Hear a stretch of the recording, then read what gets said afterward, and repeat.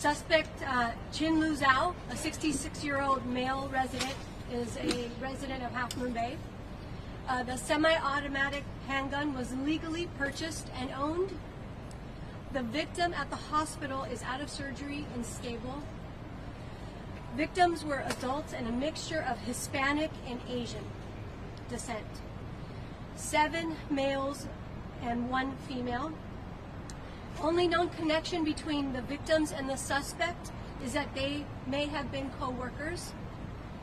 The coroner's office is still working on identification of the victims and notifications of next of kin.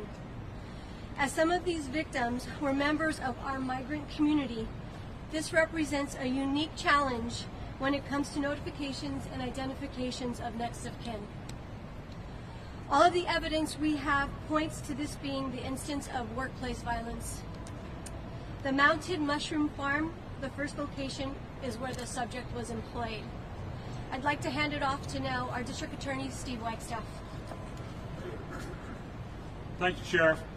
Good morning, I'm Steve Wagstaff, I'm the District Attorney, and the case, my job now is to inform you where the case will go. The Sheriff's Office is submitting the case to us today. We will review it. The arraignment will not be this afternoon, as was first put out. It will be tomorrow afternoon at 1:30 here in this building, courtroom 4A, the custody courtroom.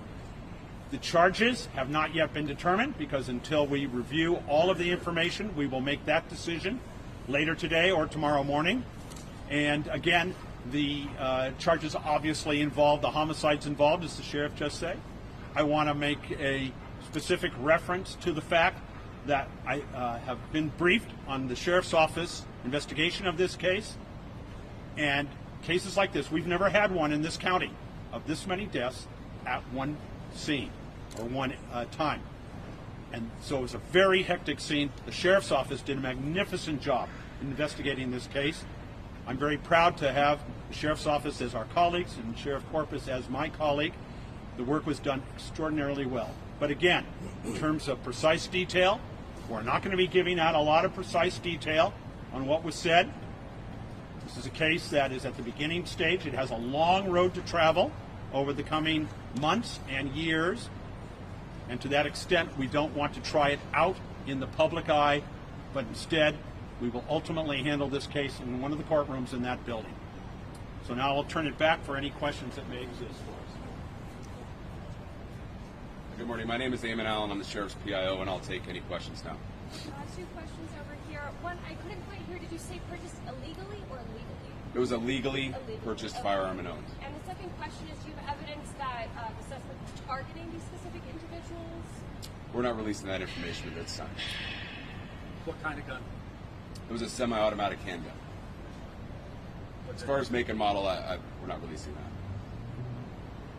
Can you describe the circumstances under which he was taken into custody? Did he come up and surrender to you? Is that what happened? So he did not actively surrender to us. He was located in his vehicle in the parking lot of the Half Moon Bay substation.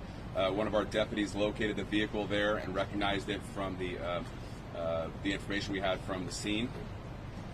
At that point, he started giving the subject commands. The subject was still seated in the vehicle. The subject exited the vehicle and was taken into custody without an incident. Had you identified him prior to spotting him? Did you know who you were looking for, or did you just know the vehicle? We did. We have the suspect information as well as suspect vehicle information. So it's your understanding that he's been cooperating with the investigation and giving you information. Can you tell us anything about a motive for this massacre at this point? All the evidence we have right now points to a workplace violence incident.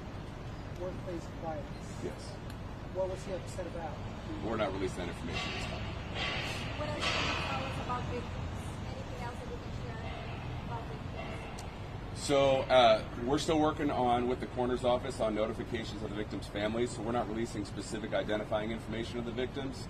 But like the sheriff said, they were all adults, 7 males, 1 female, and a mixture of Asian and Hispanic victims. Can you tell us how many Latinos and how many Asians? I'm sorry, I don't have that specific information at this time. Were all of the victims specifically targeted, or was it seem like a random? Again, we're not releasing that information at this time.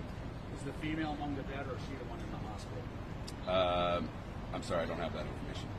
Can you tell us if a little bit about his background. Anything that would have given you any kind of information that he would actually do? So, does he have any prior convictions or anything charged with in the past? So as far as his criminal history, we're not releasing that information. I will say that there were no specific indicators that would have led us to believe that he was capable of something like this, and he was not known to us or to have any sort of, again, indicators that may have led us to believe that this is something he might have done. Now, he was a Chinese national. How long has he been in the United States? Do you know? We're not releasing any information as related to his status like that. I don't have the specifics as that. I'm sorry if this question's already been asked, but did the suspect say why he drove to the sheriff's substation, why he apparently turned himself in? We're not releasing that information at this time. The mayor of I'm sorry? We don't have any information that they were witnesses to the incident. We know these farms, there is a mixture of folks who work there as well as reside there.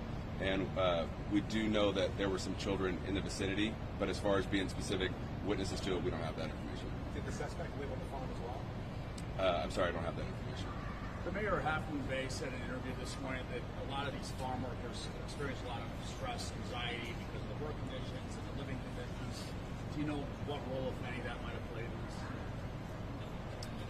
As far as what led to this specific incident, I don't have any information like that.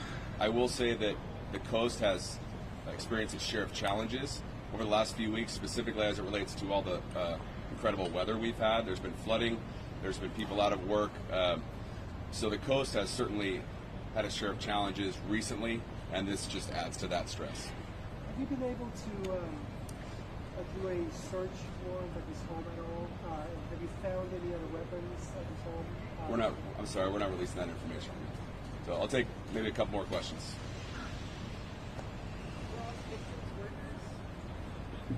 I don't have that information for you right now, I'm sorry. Last one? All right, thank you very much. Sheriff, do you have anything to add?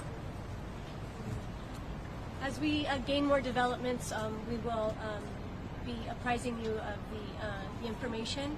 Again, I just wanted to give my condolences to the victims, the families, the coworkers, and the coastal community who is suffering gravely.